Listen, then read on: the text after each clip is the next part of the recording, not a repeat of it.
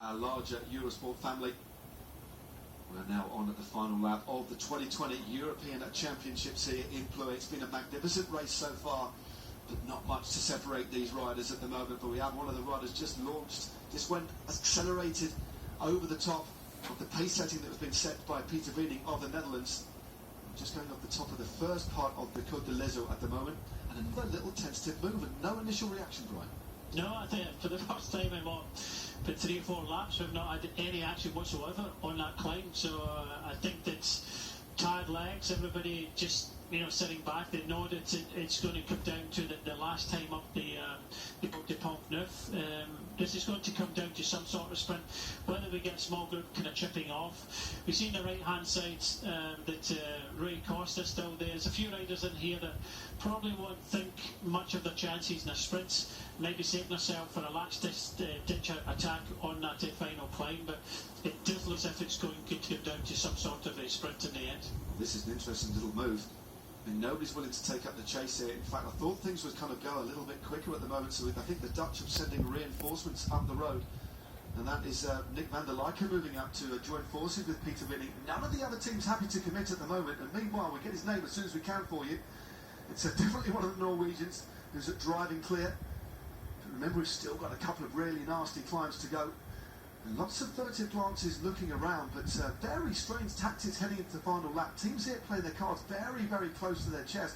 And Brian, they could be playing a dangerous game here. Yeah, the Belgians, I would think that have to really kind of do something as well, because Greg Van Avermaet against Mathieu van der Poel and Izzolo and the likes, no, it's not going to happen. So I can only think that over the last few laps, with the constant attacking, it's been very difficult. So it's Højgaard here, and there's 2 Højgaards in this race. So it's Marcus Højgaard is in the front here for Norway, and he kind of chipped off, and I was expecting a little bit more racing.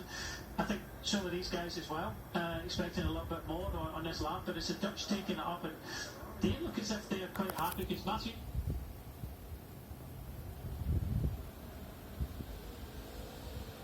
van der Poel tried his luck, nothing really happened, and he decided it could come down to a big effort on the Côte de Pont-Neuf, and sprint towards the finish. Who can really go with it? So it does look as if the Dutch have changed kind of tactics a little bit, decided that instead of riding aggressively, they're going to look after Mathieu van der Poel into the last kind of few kilometres. And I think the other teams have to really look at this. I think that Arnaud Démare is still in here. There's many of the Italian sprinters still in here, so they'll be happy. But I feel for the Belgians. The Belgians will want to try and do something, I would suspect. Yeah, well, as you say, the Belgians are a team with no pure kind of sprinter. We know Stuyven can obviously sprint well at the finish, as can Nelson and Greg Van Avermaet, but they're not pure sprinters. They'd rather attack either solo or from a small group. But this is a very, very good move by the 25-year-old from Norway. He's a classy bike rider. Second overall a couple of years back in the Arctic Race of Norway. Took a stage of the very same race last year as well against some good opposition. He's a dangerous rider to let clear, and with only 9 kilometres to go, still, again, the shape of the peloton, there's a good tempo being set by the Dutch, but it's not an infernal pace, is it? This is very, very interesting stuff. It looks like they're kind of just waiting for an attack. Van der Poel just on the inside. Setback mark is still there as well. Oliver Naesen that's still in the mix as well. I've also spotted another fast man, Brian, from Germany, Pascal Ackermann, who could be very, very dangerous from a group like this. Yeah, just moving up to the right-hand side, he'll have to kind of look after himself. I don't think he's got too many teammates with him, but all the time this man is, eating up the metres in front of him, and I don't think maybe at the start of the day he was thinking he'd be head of the race, coming inside the last 10 kilometres of the European Championships, but just looking a little bit further down this group, plenty of blue Italian jerseys, the Dutch, they look as if they're happy possibly setting this down for a sprint finale, but it's just the Belgians, maybe the Brits have to get involved. The Spanish, they've got Ivan Cortina, Garcia just down the back in the right hand side. Yuri Sagan is still in there, Sagan's brother. Won the national championships recently at the weekend as well. So I don't think he's going to stay away, but he's making a good fist of this, the Norwegian rider. It does look as if it's setting up for a grand finale. It certainly does. He's managed to pull out 9 seconds now. It's hovering at around second. And 7 seconds, he takes a little look over his shoulder. Still got, he's just on the plateau now, the Monte de Lampeo, which is a long drag with a little steep section, which he's already gone over. So he's just cresting that little hump now. He's got another little kicker after this, then he'll drop down into that little valley that runs parallel with the river, and then he'll kick up for the final time up the Côte de Pont-Neuf.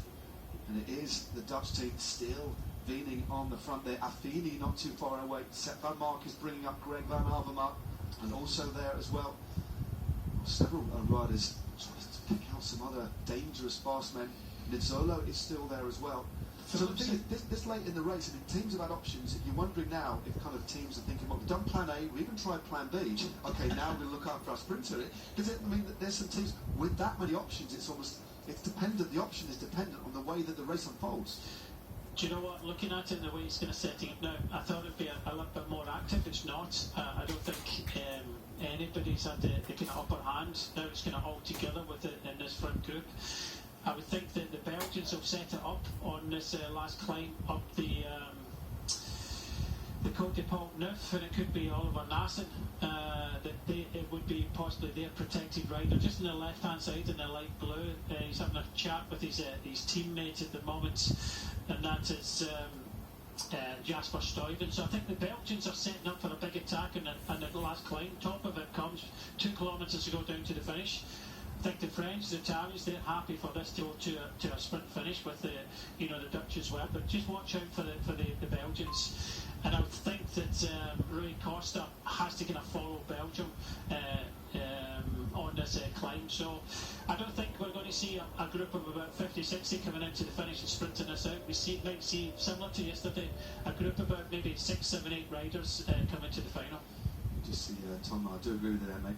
But this is the wonderful thing about this particular course in Plouay. It suits the attacking riders, but it also suits some of the sprinters that can get over these climbs. So it's a real mixed recipe, difficult race to predict, but it's been very, very exciting so far. But it's almost as if this last lap, everybody's just sort of taken a deep breath, kind of rethought what the situation is, reassessed the situation, banged a couple of caffeine gels down them as well, loosened off the muscles, and are kind of reconfiguring for what is about to happen. But I still think there's a few riders here that are going to use this final punch up the Côte de Pont-Neuf to try and go clear on their own or drag another little group clear. But fair play to Hogarth here.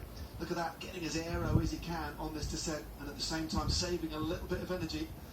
I don't know if he really believes if he can stay away. Well, we certainly might as well try. So the peloton in the 2020 European Road Championships for the elite men, coming in to the final 5 kilometres of what's been a fascinating race, an attritional race, but still lots of big names in the mix. Ackermann is there for Germany. We've got Cimolai and Nizzolo is there for Italy. Arnaud Démare is in the mix as well. Of course, he's on stellar form, and there is his team on the front, courtesy of Thomas Boudat. We've got the trio of Belgians, Stuyven, Nassen, Van Avermaet. There's a couple of very, very tasty sprinters from Spain, Ivan Cortina and Alex Aramburu as well. He could be very, very dangerous, but I think right now it's all going to come down to what happens on this final climb. Yeah, I think he's been sent to the front for Italy now, so he'll rip into it now. But I do think that we're going to see a grand finale. We're going to see some massive attacks, and it's who's able to go with, what sprinters are going to go with the likes of Oliver Nassen and Greg Van Avermaet from Belgium, and are they going to open a gap? Is it all going to come back together? But the thing is, you're going to have to make 2 efforts. One effort to go over the climb and one effort in the sprints, and the Italians are really taking it on, and it looks as if they're setting up for Ballerini this one. It could be Ballerini. It's because Ballerini has been sprinting very, very well. But I tell you what, there's a couple of Brits in the mix there as well. They've ridden very, very well. So Tom Pidcock was just being taken up the bunch there. So Pidcock, tasting on the climbs. He's not got a bad sprint, and it's worth mentioning before we head onto the climb, it's great to see Tom Pidcock racing at this sort of level, isn't it? We're not too sure next year whether he's going to move up and turn pro at World Tour level, but he's certainly got the talent. He's just held back a couple of years here, but it's good to see him rubbing shoulders with some of the riders that he'll be doing with in the coming years. But meanwhile, they've still got to catch this man out in front. He's just coming to the bottom of this final climb. There is that little flick left. The road narrows. We get the canopy over the top through this wooded area. This is the climb of the Côte de Pont-Neuf, and it's the Italians with Affini who are first onto the climb from the bunch. Yeah, they're going to set a good hard pace to try and stop the attacks, but the attacks are going to come. They have to come. Wouldn't be surprised, the Brits, you mentioned Tom Pidcock, this man doing a great job, Marcus Hogarth, but I can't see him staying away because the attacks will come as we get further up this climb. I think it's Affini and of course it looked like Diego Ulissi, and really it is Ulissi, the little climber on the front. Well, when will the attacks come? Very, I mean, none so far. Can't see the orange jersey of Mathieu van der Poel. He's drifted a little bit further down, but this is a very good pace that is being set by Ulissi at the moment, and unsurprisingly the gap is closing. That was set by Mark shaking his head. He's one rider whose legs aren't going to take him over the top of this climb, but the Italians, the Azzurri, closing the gap on the Norwegian. 4 seconds now, Brian. Maybe it's just too hard. Maybe the tempo from the Italians is just nullifying any attacks. Ackermann has moved up to Ballerini's field now, so maybe it's just a little bit too difficult. But you see the gold helmet, Greg Van Avermaet, if it eases in a little bit, he's got to go on the attack. He has to. I don't think he can compete with the sprinters that are here. He'll give it a good go, but I just think the Italians are a bit too strong here and nullifying any opportunities for any of these attacks in the climb, which we thought they'd make up. We certainly thought they would. Still haven't caught this solo rider out in front. Good riding by Marcus Holgaard. Plies his trade for the Unit X Pro cycling team. Very solid Norwegian rider. There's a little move up the outside here. Don't know if that's going to be an attack, but it is. Well, it's coming. It's a big wind up here. Big move here. Well, that's a good move. Schönberger there for Austria trying to do something, but I think his attack just got him to the front of the peloton there. Still being led by the Italians, so all over for Holgaard, but it's Schönberger for the Austrian team. But just look at the Italians, they're well in control of this as we get towards the top of this climb now.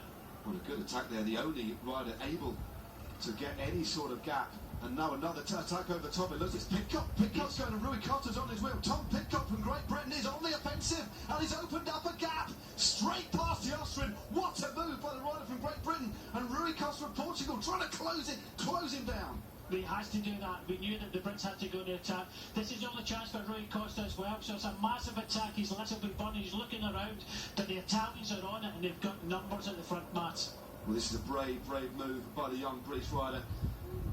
Fourth in the under-23 time trial. He said he was disappointed, was putting out the best numbers of his life. He takes a look over his shoulder and he'll see Matteo Trentin driving down. Only a couple of kilometres to go now. The road will soon start to drop off, and it is the Azzurri on the front. Ballerini looking very good. And Nizzolo, and look at who is on the wheel of Nizzolo. It is Armand Demar, and on Demar's wheel it is Ackermann. So some of the finest sprinters in the world are teed up for a sprint royale, and also in the next there as well is Mathieu van der Poel and Greg Van Avermaet. This is going to be wonderful, Brian. Yeah, the Italians have set this one up. I just saw that Ballerini popped in front of Nizzolo. So the Italians now got Nizzolo in 4th place. You get Demar, Ackermann and Greg Van Avermaet just behind. Then you get Van der Poel in the orange. So all the riders are just getting their position, setting themselves up inside the last kilometre for this sprint final. 1 kilometre to go. It's Tubalik just moving up as well for the Czech Republic. But look at the face of Matteo Trentin here, driving hard. This is all about one. Looking at the lineup here, Ballerini was just talking then, having a little chat with Giacomo Nizzolo. Nizzolo, I think, Brian, is going to be there, protected rider. It is the 2017 or the 2018 winner who swings up now, taken up at the front. Who is going to take the title here? It's Italy thundering down the finishing straight. The Spanish starting to open things up on the left-hand side here. Wonderful riding here by the Italians. Ballerini is leading out. Demar in 3rd place. Ackermann in 4th on the left-hand side. It is Narsen Stuyven on the left as well. We're coming through the centre. It's Demar in the centre. Stuyven on the left. Nizzolo on the right. In the centre. Oh, it's so close. Looks like Demar got it. Nizzolo on the right. Ackermann on the left-hand side. So difficult to call. I think it's gone down to a photo finish. Is it Nizzolo? Is it Demar? Absolutely superb blanket finish there, Brian. Well, the Italians seem to think it's Nizzolo. I think it looks as if it's confirmed. Nizzolo takes the title. Very close finish. Van der Poel kind of pushed out of it a little bit. We're going to see it again here, Matt. that as the Belgians start to move up their sprint, but it was at just the speed that Ballerini went to the left-hand side. Nizzolo just going there, tracked by Demar, but Ackerman on the wheel of Demar. Demar kind of opens up, Nizzolo opens up, but Van der Poel, he's got nowhere to go. He follows the guys in front of him. He's choosing, does he go left, does he go right? Blanket finish, he goes the left-hand side, which is always a dangerous move to get blocked into the barriers, but Nizzolo just holds off Demar. Van der Poel coming with space, just nowhere to go in the ends. Nizzolo, Demar, Ackerman, and a blanket finish. Look at that. That was a tough one to call. Absolutely spectacular stuff that it was. Giacomo Nizzolo, look how low he gets. He's in the form of his life as the Italian champion, but I think he got it by about the rip of a deep section rim in the end. A late lunge by Demar nearly took out Ackerman in the process. And Nizzolo, I don't think he can quite believe it. I don't think he's too sure there himself, Brian. I think that shot from behind that you talked us through was enough, and I think it is. Giacomo Nizzolo, back-to-back wins the Italian Championships, and now he is European champion. That's 3 in a row for Italy, and they rode so well. There it is, right to the line, a late lunge.